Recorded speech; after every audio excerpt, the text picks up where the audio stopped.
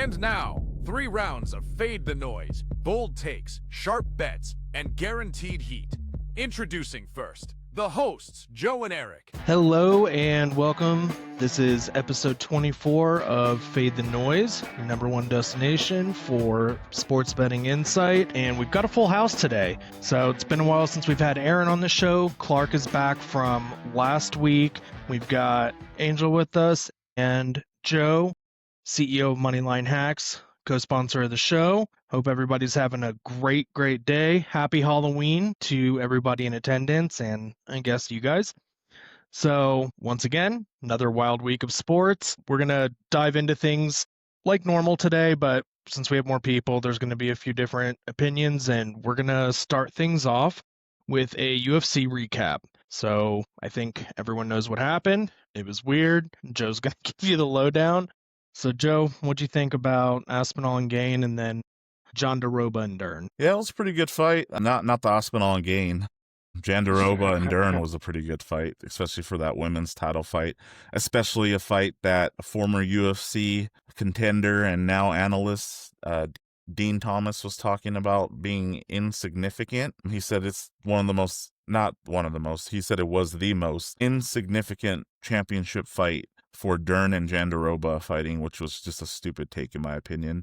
He has a couple of stupid opinions lately. I don't know why, but he's starting to pop off and not a fan of those. Kind of disrespectful, fight week. Girls are fighting for the belt and then obviously that's going to carry through. And then Dern just seemed mad about it after. So I feel like she just channeled that in her fight.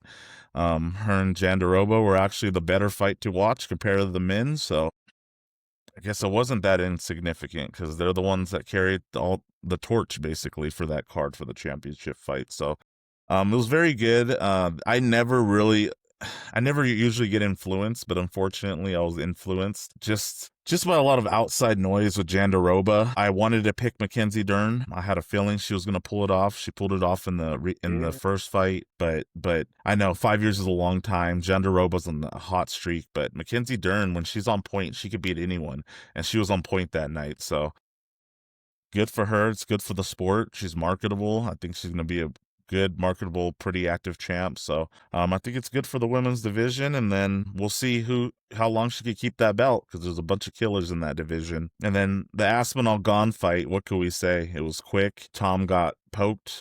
There's going to be, people aren't going to agree with everything on this. It was controversial. So anytime anything's controversial, there's people on either side of the fence. I'm more on side of the fence that Tom quit. Had he been in Gon's position, had he been the contender, had he been the person that isn't going away with the belt after that no contest, he would have guaranteed pushed on. He wouldn't have been the contender and stopped at that point to not get another title shot. And it's smart. He's the champion. He lived to fight another day. And that's something, we all probably would have done if we're thinking cerebrally about this. So I think, Tom did what he had to do, but in my opinion, I feel like Gon had a amazing footwork. He kept his outside foot out of, in the position to where he could get his jab on Tom over and over again in the first round, busted Tom up. Definitely the worst first round Tom's had in the UFC. And then that happened. So yeah, that's where I'm at. I think that it definitely does need to be ran again. And hopefully Tom will fight him and not milk it and try to train for 6 to 8 months. But you never know. That's what I would do if I was Tom. So I'm hoping that we get a true immediate rematch in the next 4 months or so. Totally fair. I'm excited to see what happens with that myself. Maybe they'll allow goggles in the UFC. I don't know. What? No one's punching. You're not supposed to touch the eyes. And the video that you sent me with DC and Aspinall, I found out after the fact that it was Aspinall's YouTube channel that leaked that. And so, A, since we're piling on Aspinall, not cool. B, DC, you're a media personality. Assume you're being recorded. Yeah. Don't be mean. Now DC wants to come out of retirement and fight Aspinall for that. That's funny. Well, either way, for either one of them, John Jones was vindicated. So, yeah, I don't think either of them can do anything. I don't know. I mean, Jones is a different fighter than Gon, but yeah, it kind of seemed like I didn't get enough data to see if Tom could pivot. That's what we needed to see. Can Tom pivot and do a different game plan? Because that's what Jones's specialty is he downloads the information, not just round by round, but minute by minute, and he adjusts as he needs to in the fight. Can Aspinall do that? Because that's what I need to see. And I'm mad I didn't get to see that, because now I don't know, and now I want to put money on Gone for the next fight. I don't know if Aspinall could shift. So there's a lot of questions for that fight. It's definitely going to be a tricky one to pick next time. And yeah, Jones is a different fighter than Gone, but yeah, it just shows, Jones, because he's able to be so versatile, he might have been able to figure out something on Tom. As long as he doesn't get knocked out, I think Jones could win that fight. Yeah, absolutely. Thank you for the recap. Really appreciate it. And obviously, we're open for a speedy recovery for Tom. Just all nonsense aside, nobody wants to be blind or lose an eye. So we're going to start talking NBA. And so we're going to throw that before NFL just because NFL is a longer segment. So for today's game, sorry about that. For today's game, we've got Celtics and 76ers. They're doing the NBA Cup thing. They're in Philly, and they're slight favorites at -125. These are not your teams of yesteryear when you consider injuries and everything. So let's start with Angel, and then we'll do a hands raised system. Yeah, this is going to be a very good game for the NBA Cup day. This cup, it means that starters are going to be playing big minutes. It's going to be great for betting odds. It's kind of like a in season tournament they do, and usually the winners at the end get paid, and the rookies especially get paid. So people will be balling out in this series. Celtics 2-3, 76ers are undefeated on the season, 4-0. The Celtics started off 3 losses in a row. Wasn't looking good for them without Jason Tatum, done for the season. But then they've recently found their groove and have won 2 games in a row. And this is going to be a high offensive game. The 76ers average the most points per game, and the Celtics have scored at least 122 in their last 2 games. So I'm really liking the over for this game. The 76ers are 1.5 point favorites, which I can see why. Therese Maxey is on another level this year. He's averaging 37.5, 8 assists and 4 starts, had 39 points and 10 assists in his last game. Yeah, he's one of my favorite players in the NBA right now. Joel Embiid continues to play with ongoing knee concerns. He's on a minutes restriction, but he still gets out there. His last game was 25 points, 7 rebounds, 5 assists. So not the first round talent that we're used to seeing, but he's still out there. They're still out without Paul George and Jared McCain. So both teams have injuries, but who can prevail? I think Jaylen Brown is doing good in his new lead role. While he doesn't average as many double-doubles as Jason Tatum did, he still gets points, rebounds, and assists. Derek White is a bigger part than ever. One thing that I really like is the rookie shooting guard for the 76ers, VJ Edgecombe. He's quite the sharpshooter. Dude's averaging 22 points, 5 rebounds as a rookie. I look for him to shoot a lot of shots, make a lot of points. Hard to choose a side in this one, but if I had to lean, it's probably going to be with the 76ers. Gotcha. Yeah, I saw Edgecombe was a Rookie of the Year candidate, even though it's 4 games in, and I think people are being a little rough tell that to Arch Manning. But yeah, they're being kind of rough on Cooper Flagg. Long season ahead of us. Great breakdown. That was awesome. I hope we'll see what happens with Embiid. If you're that big, that tall, and I mean, tough. I hurt myself after 30. I'm 5'6" and chunky, so with Embiid, I can't imagine the stress on his joints. Cool. Anybody else want to add to the NBA take? Yeah, I mean, I think Philly already beat Boston. Maxey had 40 points in that.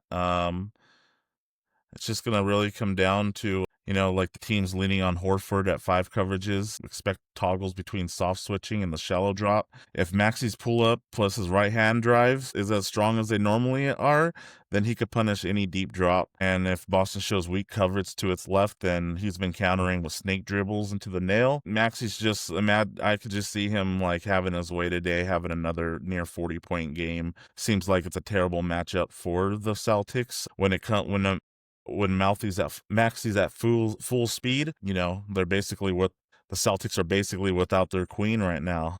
That changes a lot of things. Tatum being out, especially their defense. So I'm leaning Philly as well. I think if you had to pick a side on this, Philly's perimeter pressure and Maxi's pull-up edges out Boston's half court. Yeah, I like 76ers straight up minus 120, 125.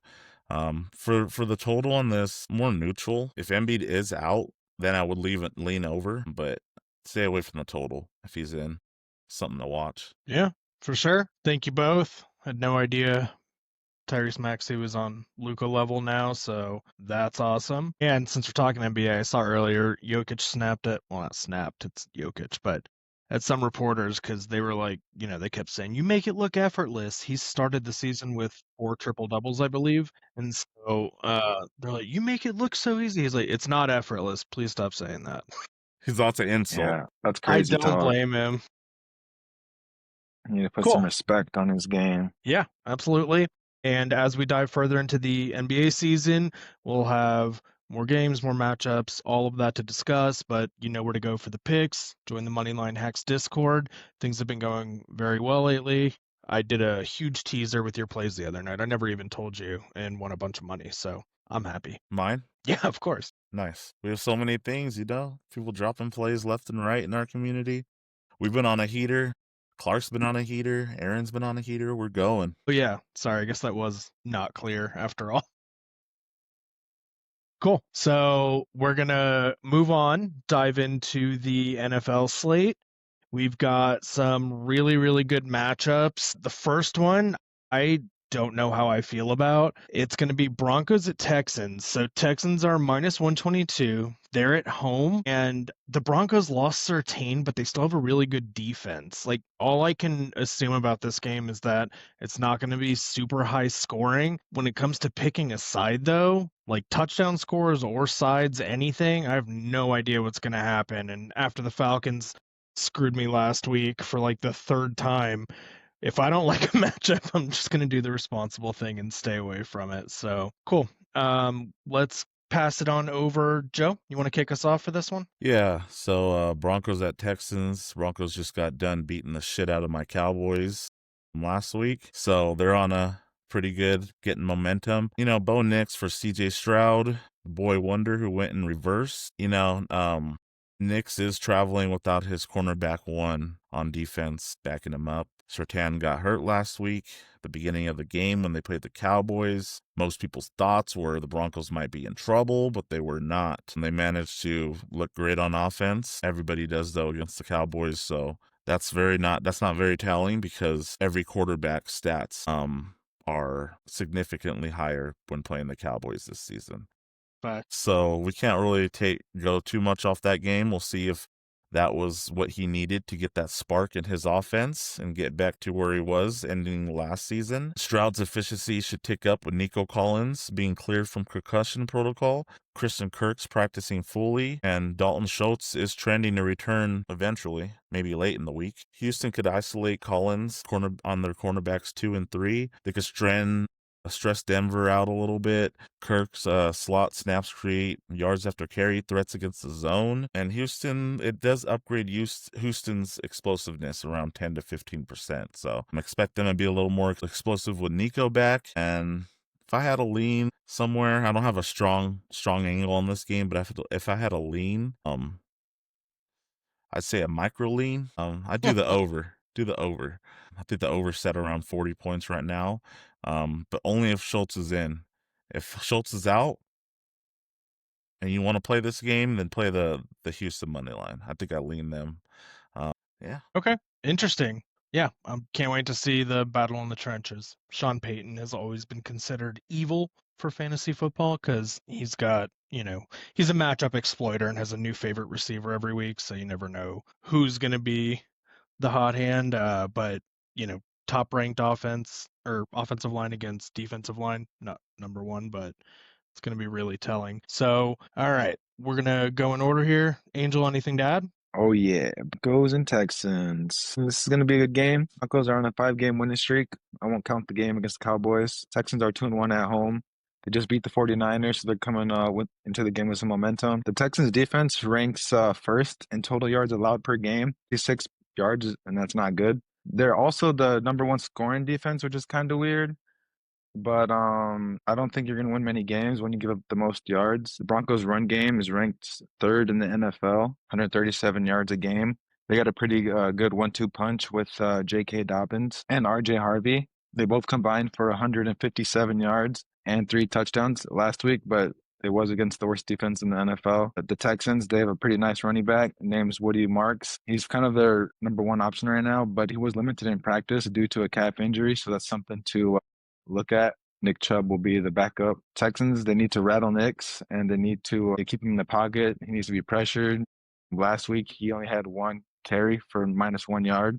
He usually likes to run a little more than that, but didn't need to, obviously. I think this game he might need to. The Texans are going to come after him because they can't just let him sit there with all that time. He has a couple weapons out there. And yeah, I think the Broncos are going to win this game. And I think Bo Nix is going to show out and probably have another 3 touchdown game. And yeah, that's what I think. Absolutely. I'm curious. I was just looking, but I couldn't find it. What Denver's rushing ranking was before they played the Cowboys, but That's a we good can question. assume the numbers were slightly different, but who knows? All right, let's go to Clark next. Yeah, for this game, I really think it's two pretty much amazing defenses going against each other, and it's really, can you protect Stroud? I think if you protect Stroud like he did last week, then he's going to start throwing some dots. And if they hit Nico on a crosser, I don't think Moss is going to keep up with Nico. And he's given up 4 inches to him. So jump balls, I don't know. Get the man the ball. That is your playmaker and really the only one you got. So if you can get Nico over 80 yards, I think they have a strong chance of winning this game. They can find the end zone. They're home. They're trending up.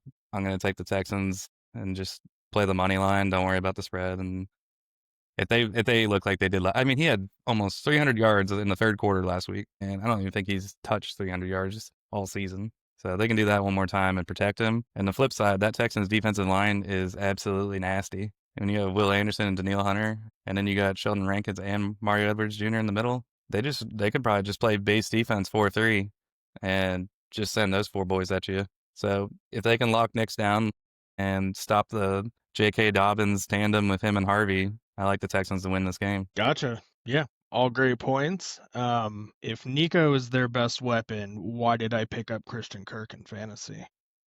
I'm just Desperation. kidding. That's exactly right. That's the exact right answer. That is why I did it. It's going to be super telling. Thanks for the insight. That was a really convincing argument, and we're going to have to see who shows up. And Aaron, anything to add? Oh yeah, I don't think the Broncos are as good as everybody thinks they are. I think, for one, I think their schedule is fifth as far as strength of schedule goes, and the Texans is 8th. And the Broncos they lost to the Chargers and the Colts on the road already. And they beat the Eagles kind of handedly, pretty easily.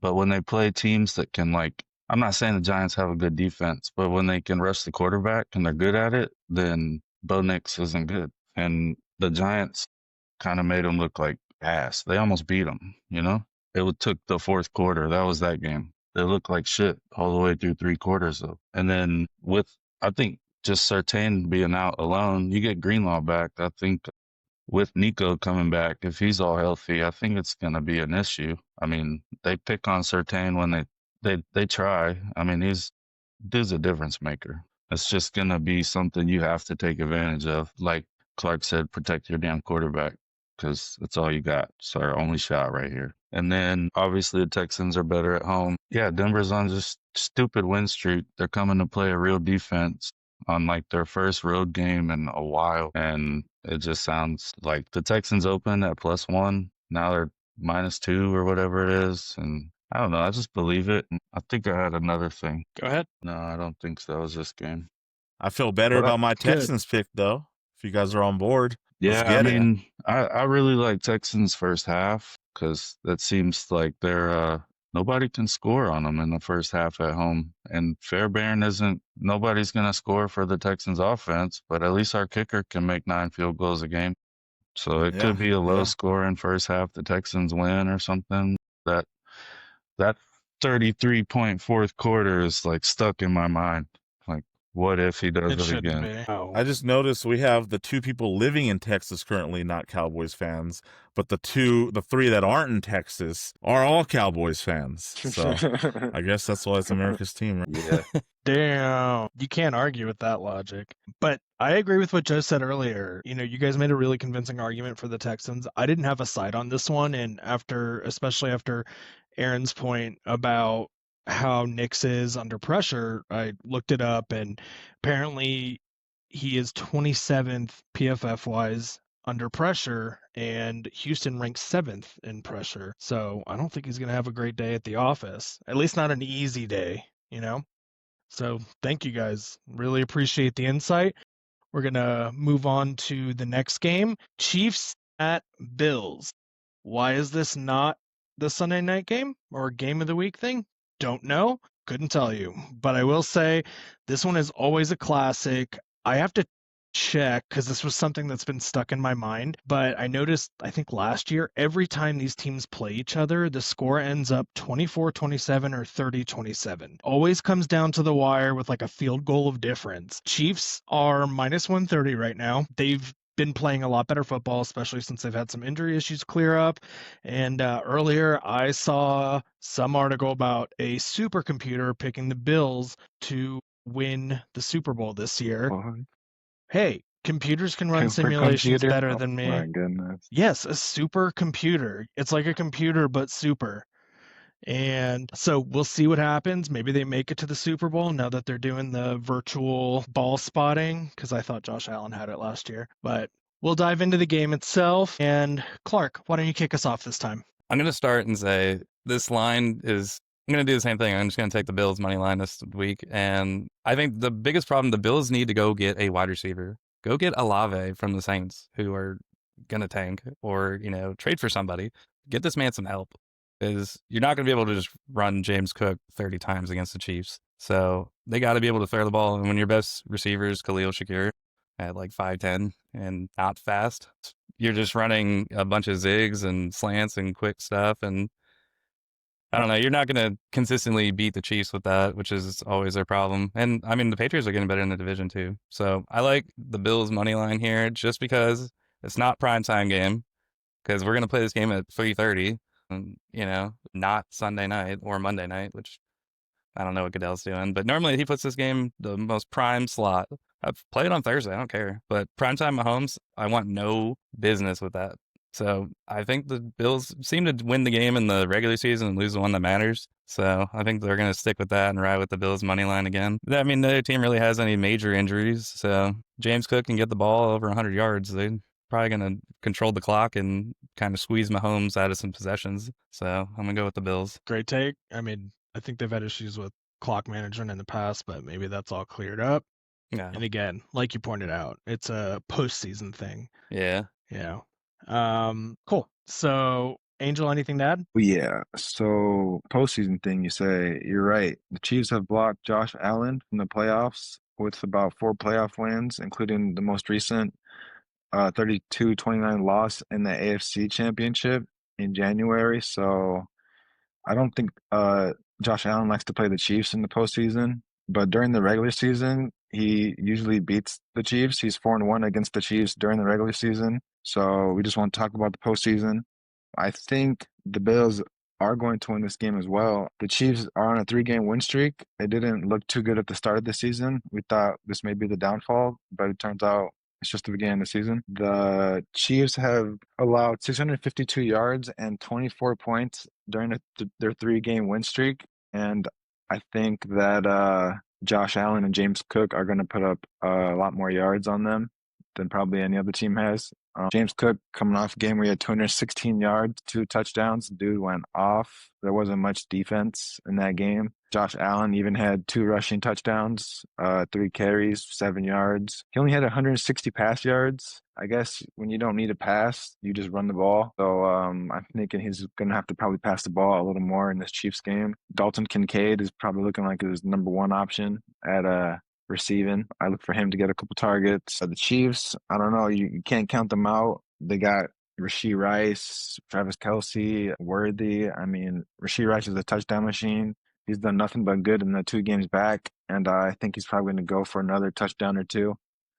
Isaiah Pacheco is probably going to be out this week with a MCL knee sprain. Hasn't practiced yesterday, went today, probably not going to today. So we'll look for more work for Kareem Hunt and rookie Brashard Smith. Even though Patrick Mahomes usually leads their team in rushing yards every week, yeah, it's going to be I think it's going to be a high scoring game. And I'm probably going to have to go with my boy Josh Allen this time. Wow. All right. 2 for the Bills. Okay. And let's see. We're going to go Joe next. Yeah, like Angel mentioned, Pacheco's out, which should make the passing game spike. I'd expect more RPOs and quick outs to Worthy or Hollywood to mimic run efficiency, and then get those deep explosive plays to Rashid Rice. Buffalo's interior DL health is not very good. Ed Oliver on IR, Daquan Jones ruled out, which means Kansas City could attack A gaps and quick hitters, and the middle screen game just will be open for Kelsey. So expect to see that. If KC does heat up on Allen, expect Allen's rush attempts and deep shot variants to rise. Both teams are very talented. They can score in multiple ways. There's no one trick ponies here. If I had to pick a lane, I'm leaning the over, and I'm leaning the Chiefs. Dang, we got a dissenter in the ranks. I actually like that take, though. This one's always a classic that comes down to the wire, so there's no obvious choices. And Aaron, convince me one way or the other. What do you got? I'm on the Bills too, man, but I was on them like 3 or 4 days ago already because it looked like it was going to rain, and I always take them at home in the rain. And this would just been even better because the Chiefs last week was just a good spot, I feel like. Anyways, Ed Oliver's out, and kind of wonder why they're still decent with the run with them out, but they got 2 dudes in Dion Walker, 6'7", 331. D tackle, and Ogunjabi, Larry O. Ogunjobi. Ogunjobi. I'm sure one was right. Ogunjobi, yeah, Ogunjobi. It does not look like it sounds, but he's a giant. They're giants, bro. I mean, they're there, they're there in the middle. And that being said, you got Kareem Hunt, not as downhill as Pacheco likes to be. He really thrives more in like counters and powers and outside zone runs, and I think they can force those out with the big dudes. But the Chiefs are also out 2 linemen this week also, and Pacheco, and the Bills have a rookie corner who's actually pretty good, which is huge because the Bills secondary is ass, so it kind of helps out a lot having a good corner. I think his name is Hairston. I haven't really looked at him yet, but I was reading that, and just the big guys and him. I think the defense will be ready, especially everybody ready for this game at home. I usually just fade the Bills defense, but I think it'll be a little bit different, and I want to see it, if anything. Chiefs on the road, they lose. I mean, they beat Russell Wilson on the road, so that's cool. I mean, I just don't. I'm not convinced with them. That's okay. Trevor Lawrence, they lost to the Jags, and Trevor Lawrence looked like he could run the ball all over the Chiefs. And now it's It was his Joshy time. birthday.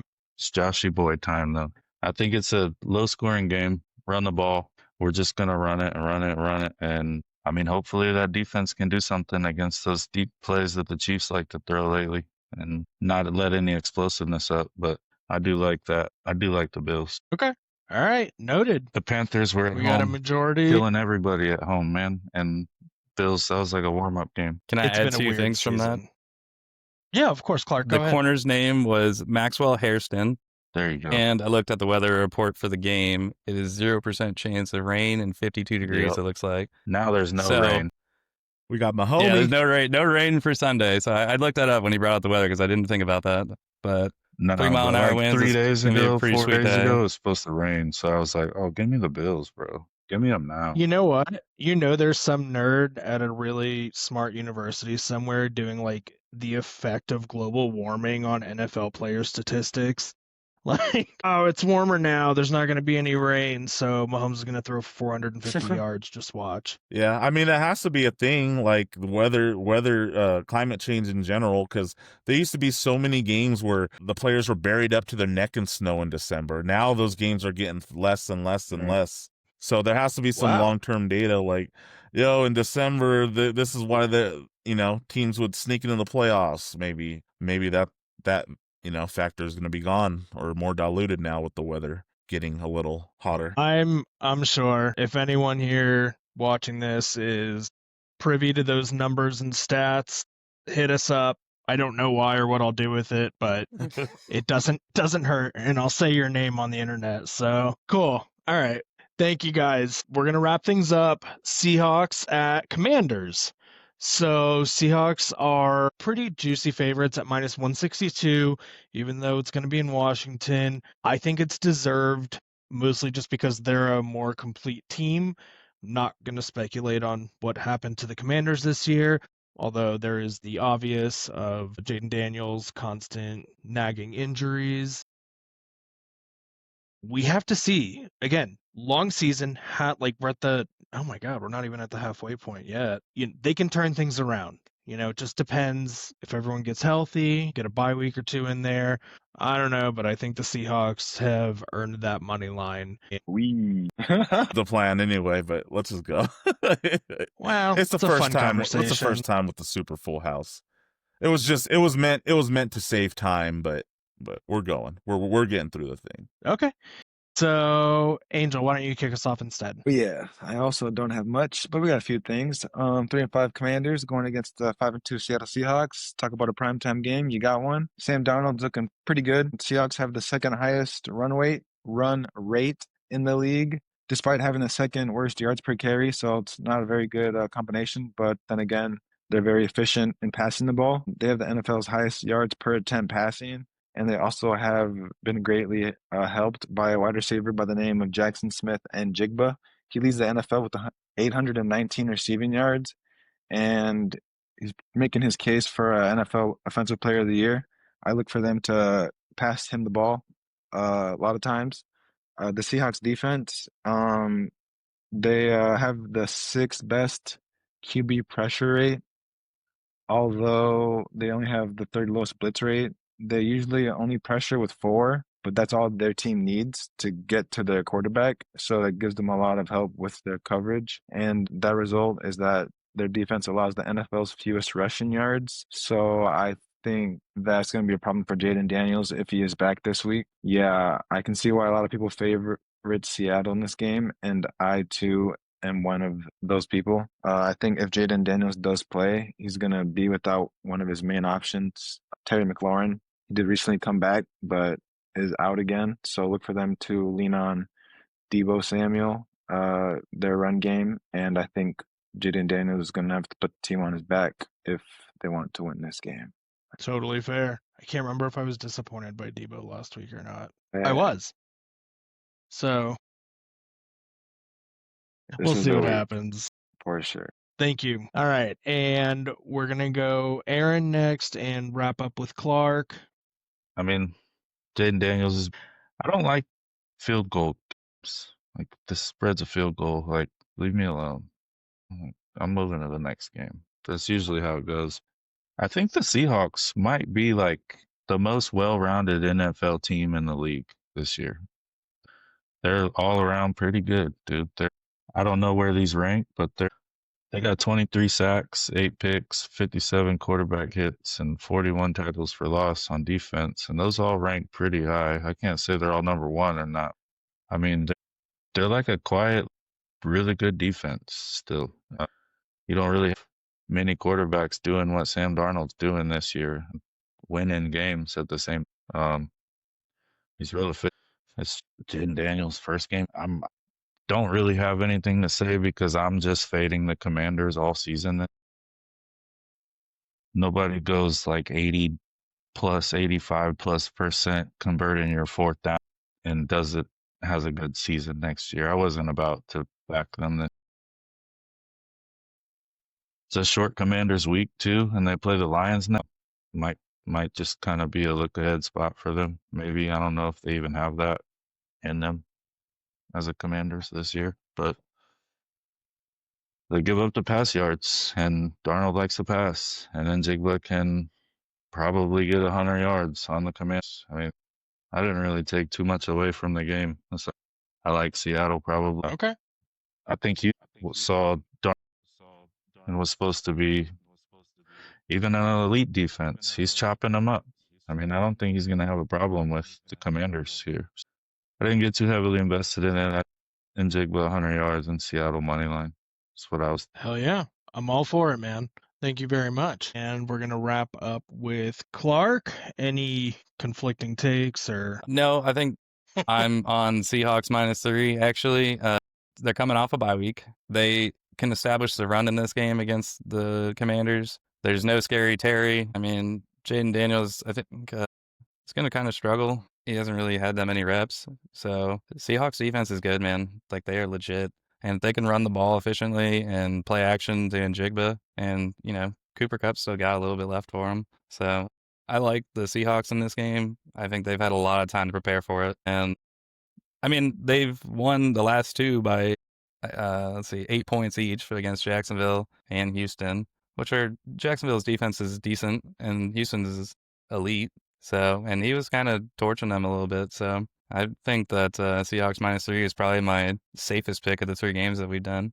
That's probably my most confident for sure. Yeah, well, that's awesome. The odds are pretty good then. You guys might want to lock any picks you have based off of that. One more thing. Sure. Only one team has allowed less rush yards than the Seahawks, and it's the Packers, obviously, the gift horse. And the Seahawks are also 3rd in the league in sacks, but nobody has a lot. It's like everybody's got sacks, you know?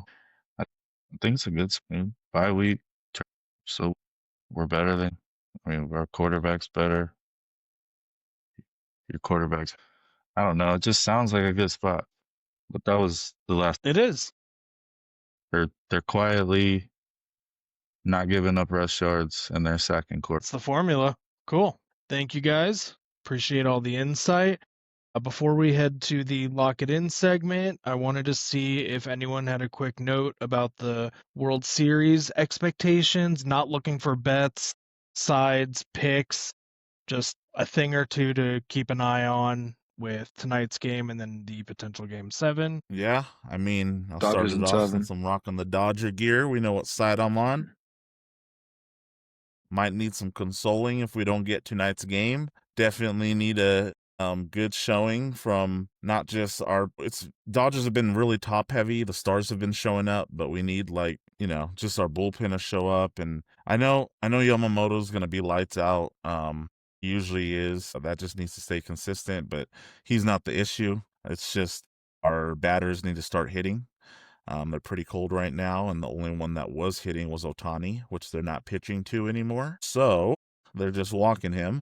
So it's forcing the Dodgers to find another igniter, and we need one of our stars to step up. Hopefully Freeman, which he normally does, he already does, but Teoscar Hernandez, Kike, any of those guys just need to step up and get some runs on the board, hit some doubles, just do something, because right now it's very top heavy. The people that have been clicking have been holding us down the whole season, and now it's time for the Dodgers, the ones that haven't been doing anything this postseason, to step up. If they don't, it's going to be a loss. So either today or in the next game, game 7. So those people need to step up for the next 2 games, and I'm thinking the under today. I like that. I like that a lot, actually. I was reading about it earlier, and I'm wondering how aggressive they're going to be at the plate, just, because it is do or die. Yeah, first 5 under in particular. See who shows up. Anybody else? No, it's just intense, man. Yeah. That's it. I ain't got nothing to say. It is. Hey, that's what the World Series is supposed to be. I hope everybody's been enjoying it. It's been a classic. I feel weird saying that because I don't know historical baseball. So you're like, it's a classic. I mean, that's like saying Boy Meets World is a classic. Like, yeah, it was on when I grew up, but I mean, it is, but horrible reference. But yeah, I mean, it is a classic. Forgot what I was going to say, but yeah. It's been Oh, I far. was gonna say the Dodgers versus Yankees last year was supposed to be a classic, but it was just a classic ass whooping. That qualifies too, man. Cool. All right, we're going to head into the lock it in segment. I will go last, and we're going to go clockwise here. Angel, what are your best picks? Yeah, we got one NBA bet and two NFL. So since Luka Doncic has left the Lakers lineup, Austin Reeves has had to step up, and he's done very good in doing so. He's averaging 40 points and 10 assists in 3 games, and I'm thinking he's gonna show out tonight against the Grizzlies defense. They rank 23rd in points allowed, 25th in opponent assists per game, so I don't see why he doesn't hit his over 35 points in assists total. Second bet, we're going to the NFL. Christian McCaffrey, he's on pace to shatter the NFL record for receiving yards by a season for a running back. He had 43 yards last week against Houston, and that's the first time he's dipped under 50. I think he gets over 50 against the New York Giants this week. And the Giants defense, they have a very good pass rush, which is going to lead to Mac Jones throwing more short passes to McCaffrey. My third bet is Tyrone Tracy Jr., new running back one for the Giants. Cam Scatterboo is out, dislocated ankle, I believe, and now Tracy is the new running back one.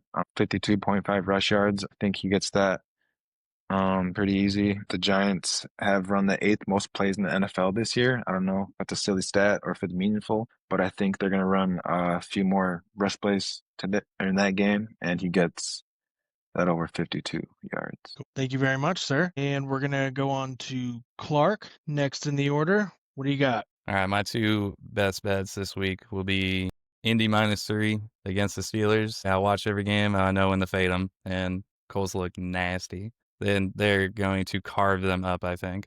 So I'm going to lock that one in. I'm probably going to end up throwing about 2 to 3 units on that. And then my other one for soccer, it's going to be Man United. I hate doing this because they're such underachievers since Ferguson left as a coach a very long time ago. But they've won 4 of the last 5. They're playing Nottingham, who's on their 3rd coach of the year, and we're not even halfway, which is one of the most embarrassing owners of all time. He's just going to run this team into the ground just because he's arrogant. He's like Jerry Jones arrogance level, except probably more arrogant, which is kind of impressive, honestly, over there. And he is killing this team, which the guy he got, Sean Dyke, is not bad, but you can't be rotating coaches and changing schemes like this. Give me Man United money line plus 100, and hopefully I don't regret it, but I don't see how I could. You know, they beat Chelsea 2-1. The only game they've lost in the last 5 is against Brentford, who's honestly pretty solid. And then they 2-0'd Sunderland, 2-1 Liverpool, and 4-2 Brighton. So they're scoring, and they spent a ton of money on their attack, and it seems like they're finally getting the goals out of it. So I think they're starting to buy into Amarin's system of playing a 3-back. So give me Man United. Could have been speaking another language, man. But I am going to bet on that. I trust your picks. I just do not understand soccer or football. I mean, all I Joe's know up is he next. says someone's like Jerry Jones over there, and I feel bad for their fans. They're like the only ones that know what we're going through. For real. You can keep going, Joe. You're going to be up next anyway. All right, so I got 3 best bets for today. We have 2 NFL, 1 NBA. We'll go ahead and start off with NBA. I like the 76ers to hit that -2, 2.5 spread against the Celtics today. Like I said, Philly's perimeter pressure around Maxey traveled early. Boston's usage without Tatum shifting, more to ISO and second side. It could bog and it could bog things down. And if Embiid is confirmed in, then this just improves the Sixers half court efficiency with more leverage. I'm loving this spot right here, right now. 76ers -2.5. Best bet number 2. We're going to go over to NFL. Chiefs, Bills, over 52. I love this line as well. Usually I don't throw out picks that are in the 50s, but like we always see, these are always high scoring within, a three-point game, 1 possession type game. So I'm expecting it to go back and forth for both offenses to put points on the board. Elite QB play and the defensive attrition combination is just too good to ignore here. Number 2, I'll do Texans to get that money line win over the Broncos. I think Houston's skill group is still trending healthier. I think Denver's coverage ceiling is capped right now, and especially without their top stopper, they can't do much. It tilts that explosive play leverage to CJ Stroud, and yeah, I'm loving that. So give me Texans money line over the Broncos. Awesome. Cool. Wait, what was your middle pick again? Sorry, the first NFL The one? Bills and Chiefs over. Just making sure. Okay, cool. I just pulled up FanDuel from last night. Lamar Jackson got 14 rush yards, and I put 4 units on a same game parlay, and he needed 15. So that's devastating, but that's okay. It's why we do this, why it's fun. And on to Aaron.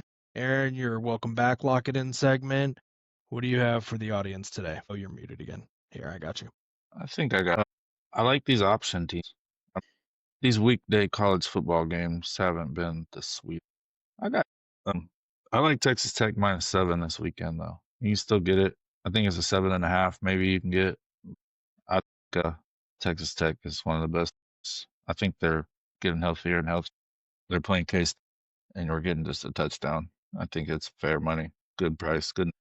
And then I wrote down the Chargers -8 because I got a 1-8, and it's a -9.5. But I really like them -10 still. I think their defense is coming back together. I think they're playing ball. I think they're getting a click in. I mean, I think the number says it too. I think it's a good spot for the Chargers. So I just wanted to get on it before it was 10. Or I love that spot. It's a hardball spot. And for some reason, they're both going to go over there, him and Herbert. They're going to go out east and kick ass like they always do. They're just one of the few people that do. I think it's a good spot. And I'm not doing the third one. So I only have. That's cool. Whatever you want to do, Cool. and if you change your mind later on, they can find your picks in the Discord anyway. So Yep. Sweet. Link is down below. Cool. So then for me, I'm just going to do the anytime touchdown scorer round robin. Honestly, I thought tight end Dave did really well. Jake Ferguson broke my heart, but I can't be that upset after the season that he's had so far, both betting and fantasy. Yeah, my wife's not a fan of Ferguson right now at all because every time she bets on him to do something, he doesn't do anything. And then when she's not betting on him, she's frustrated. He's going 4 games in a row with a touchdown. So she's not happy right now. I have Ferguson, and I'm playing her. Well, We're going to see what happens. Well, according to her Ferguson curse, he's going to go off then just because he's playing her. I hope she stays away then. Cool.